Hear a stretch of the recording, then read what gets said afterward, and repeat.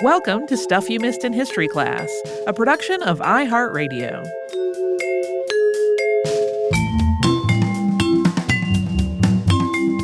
Hello and happy Friday. I'm Tracy V. Wilson. And I'm Holly Fry. We talked about penicillin this week. Sure did. This is one of those topics that I was surprised to realize nobody had done on the show before, because we have lots of topics in the past archive that are already done. We don't really think about. And it was also one that I had kind of in my head actively resisted doing because I was like, everybody knows this story about the mold in the Petri dish. Obviously, a whole lot more than just the mold in the Petri dish, which was the whole focus of the episode. One reason that I was familiar with that story is that when I was a child, I really loved to do the school science fair. You did? Yeah, I loved it. I loved it a lot. When I was in, I think, 5th grade, my science fair was on mold, or my project was on mold. I grew mold on different foods. I remember there was bread and there was, I think, lemons, and I don't remember what else. And I had them in different conditions. So I had ones that were left on the counter and ones that were in like a Ziploc bag on the counter. And I think ones that were in the fridge. And because I was a big nerd, I also wrote a number of papers on other topics that were relevant to my mold project. And one of them was about penicillin. And I put them in a little folder, and the little folder was like attached to my little science fair triptych. I won the science fair at my school. I did not win the regional science fair that I then went to with my project. I was so sloppy about science fair. I did Yeah. The best one I ever did was about different kinds of fabrics and how they catch fire. But that's probably an indicator of who I was as a kid. I think that's a great idea for a project, though. It would be if I didn't wait until the very last minute and kind of like throw it together. I could throw together some visuals, but there was never any real science to back it up. It was always like, although that one was fun because I had burnt chunks of fabric on it. But I never wanted to play the science fair game. I was like, bah. I was very into it. There was other stuff I was not at all into. I think in middle school, in our PE class, one year we had to write a report on, I think, 10 sports. And the next year we had to write a 1 page. I think it was 1 page per sport. We had to do it on 20 sports. And I put that off until the night before, at which point a 20-page report, basically at that point, to do in a night, not possible. Did you plagiarize yourself? Oh, well, there was some just like scrawling things that were barely paraphrased from the encyclopedia. But it was not done. This is one of the only times in my life, because I was a very rule-following child. It was one of the only times in my life that I tried to fake being sick so that I would not have to go to school. I did the thing where I tried to hold the thermometer to the light bulb to look like I had a fever. My goodness. My mom knew that I was not sick. So yeah. I thought it was a pointless waste of my time. That was a big problem with me in school. If I thought something was a pointless waste of my time, I just would not do it. But I thought science fair projects were a great use of my time, including writing totally additional supplementary reports on mold. I was like, I'm going to go make a dress. I know. Work on this. Here's the thing that got me wondering that maybe you came across in your research, or maybe not. So, in the reclamation of penicillin, coming from urine, I'm trying to think of the best way to word this question. Not because it's sensitive, but just because I want to make sure I use the right approach here. Does that mean that urine that was not collected could have been just introducing all kinds of penicillin into the general waste system, and possibly also contributing to the problem we now have of antibiotic resistant things? As I understand it, yes. Not just penicillin. Like, there are a lot of drugs that come out in the urine, and there's just a whole discussion of like, what is the environmental effect of all of that? Which is not a subject I am versed on at all, but I know it's a concern that exists. Another thing about the whole resistance question is those very first patients, most of whom were successfully treated, were getting a much smaller dose than is standard now. And part of the reason for that is like to make sure it really is a lethal dose to the bacteria and not something that's just going to cause resistance. But the fact that treating one patient could use up all of the penicillin. Yeah. That blew my mind a little bit. Yeah. Yes, I also was unsurprised, but still had my, for real, that once again, egos became part of this whole party. Yeah. I get it.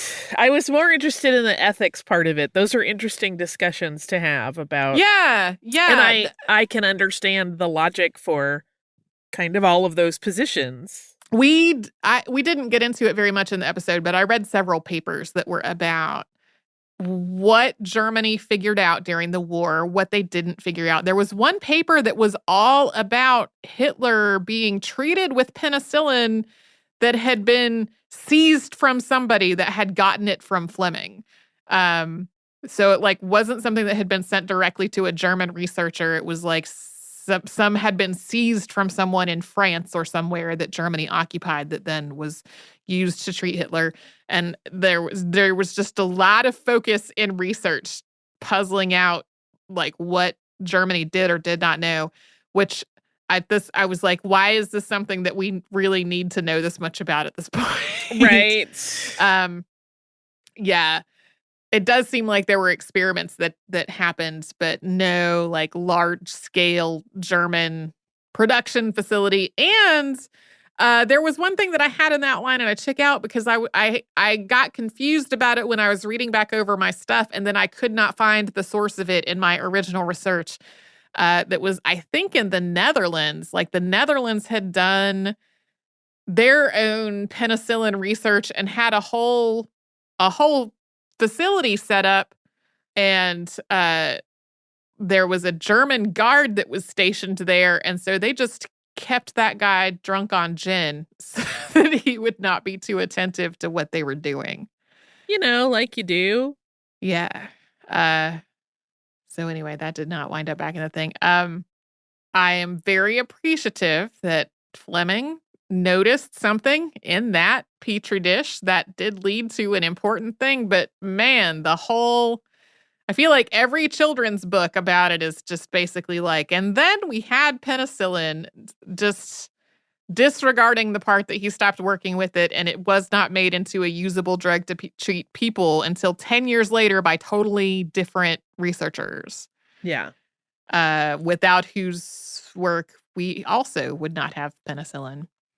The last time I took penicillin, I was surprised that was what they prescribed to me, because I was like, we're still using penicillin? I don't even remember the last time I had penicillin. I had a tooth that was going to need a root canal, but for reasons we could not do the root canal anyway. Or we could not do the root canal like right that minute. It had to be postponed a bit. But it also was not like an urgent situation in that moment. And so the endodontist was like, okay, I'm going to prescribe you with these antibiotics while you're away. If you start developing these symptoms in your tooth, start taking it. And I was like, okay, what are you going to prescribe to me? Because there's one I have an allergy to. And she was like, penicillin. And I was like, people still have that? What? Yeah, I literally I could not tell you the last time I had penicillin. Feels like it's been decades. Yeah. I don't know. So anyway, I'm glad antibiotics were developed. I hope we find some workable alternatives as antibiotic resistance becomes an increasingly bigger problem.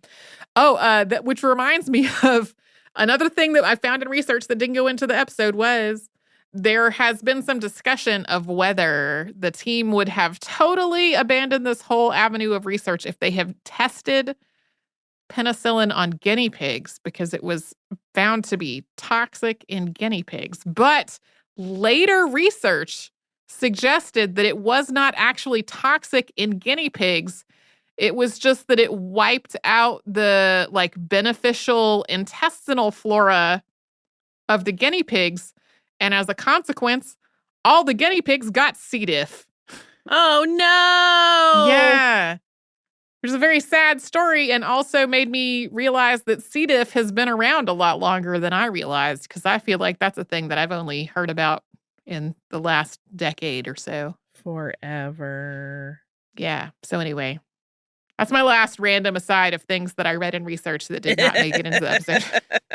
Just to make everyone squirm a little bit. Yeah.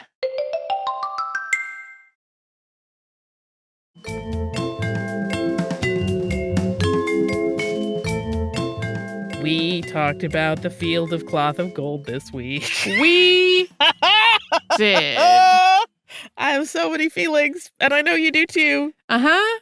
Do you want to start? Sure. So for literal years, I had written on my episode short list, Field of Cloth of Gold. Actually, what I think I had written was Field of the Cloth of Gold because a lot of people put a "the" right there, which makes it a little weird when you know what cloth of gold actually is. Right. But for a very long time, it was there on my list to do an episode on Field of Cloth of Gold in the beginning of June of 2020. And then...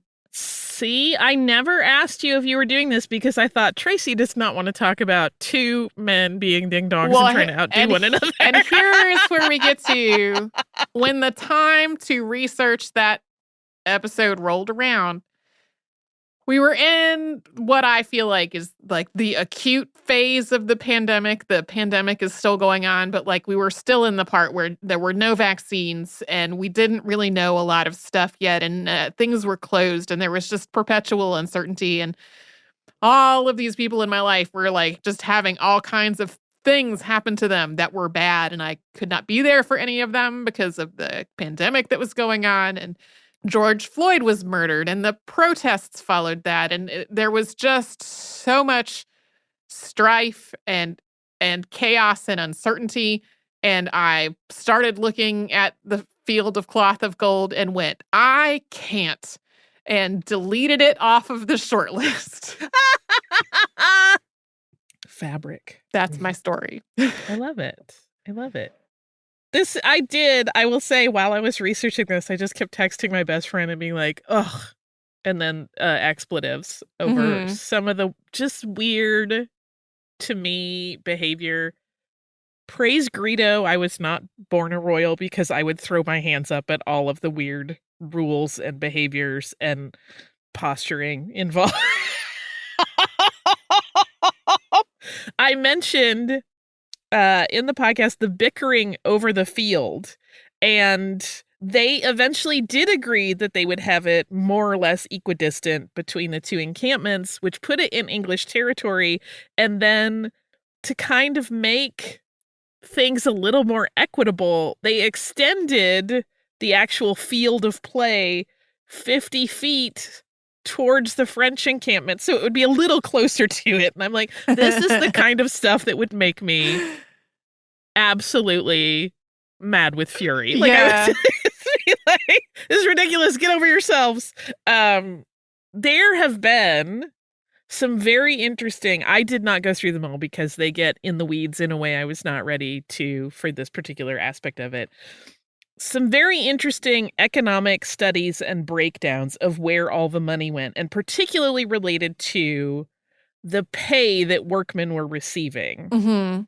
And how, of course, it really took estimated equivalent or perhaps even more people to put this thing together than actually attended it. And of course, they didn't. Yes, the economies were bolstered to some degree, but it wasn't like any of them were like, I'm rich now because I made some stuff for the kings. There's very interesting breakdowns. In the mid 20th century, there was a big economic study done of like how all the money had gone various places and what it did and did not benefit for the actual countries. The one thing that kind of is attached to that I think is very interesting and isn't something measurable and it's not documented was that it probably put French and English workers in a position where they would have been side by side working on projects together for probably the first time in either of their lives. Mm-hmm. And to me, that's such an interesting aspect that if this thing were happening today, that would be the human interest story that appears on all networks, right? Of like, this carpenter from London is now friends with this bricklayer from Calais, which would be very interesting. But we don't know a whole lot about how that may have informed people's perceptions of the long-term enemy at that point. But I really wish we had some accounts of that. Yeah.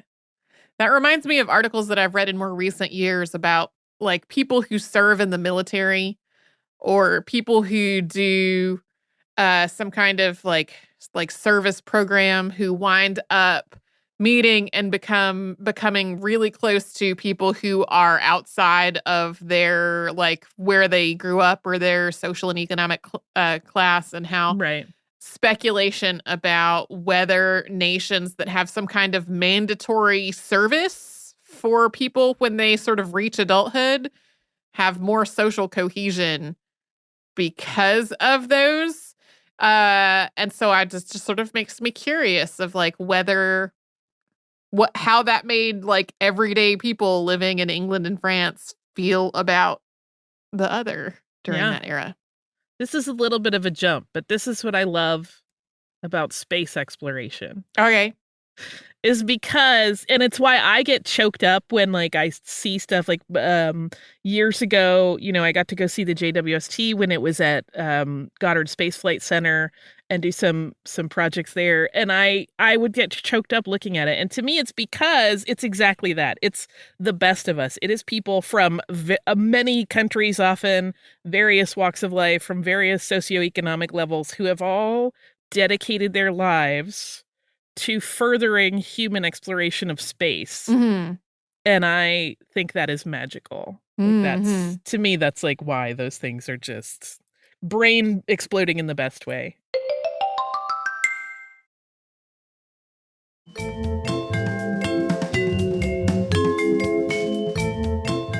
How much have you read about the painting, the big famous painting, which will show up on our social, of the Field of Cloth of Gold? Really nothing. I had seen the painting before, and I had seen the dragon, and I did not know it was supposed to be a kite, and I was just like, why is there a dragon there? Yes, it's a kite.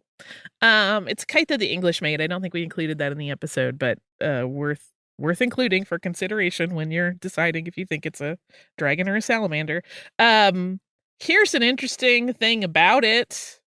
The main image of Henry VIII, because he actually appears in a few places suggesting different aspects of this whole thing, but the main one where he is riding on his horse into the processional, for reasons we don't know, his head was removed and replaced. Well, that's weird. After the painting had been completed. Huh.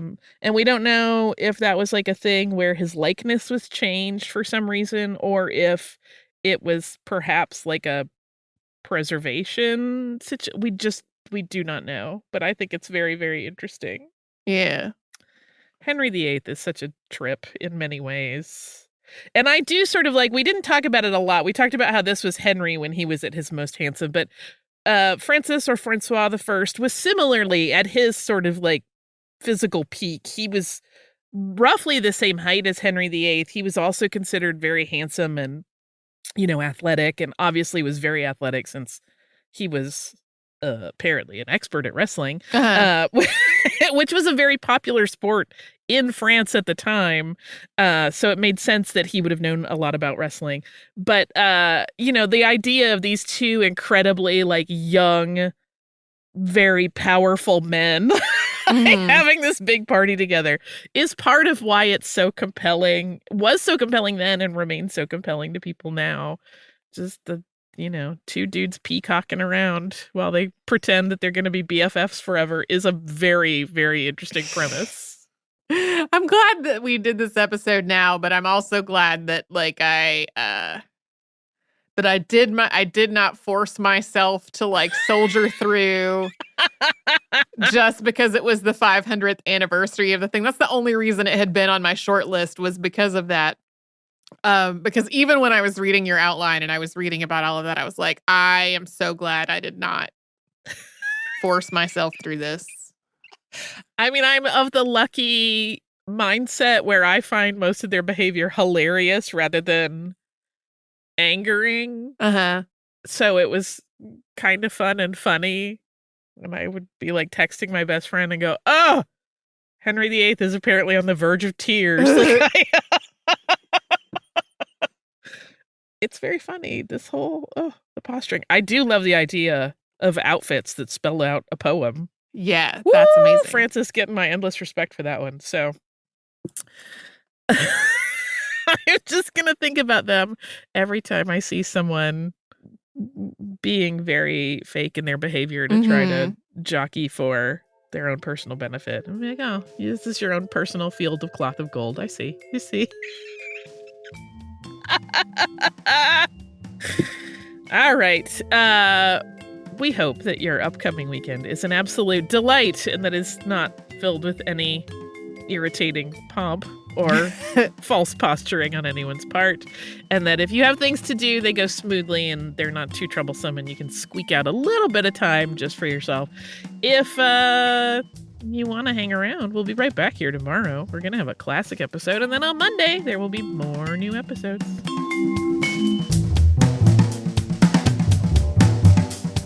Stuff You Missed in History Class is a production of iHeartRadio. For more podcasts from iHeartRadio, visit the iHeartRadio app, Apple Podcasts, or wherever you listen to your favorite shows.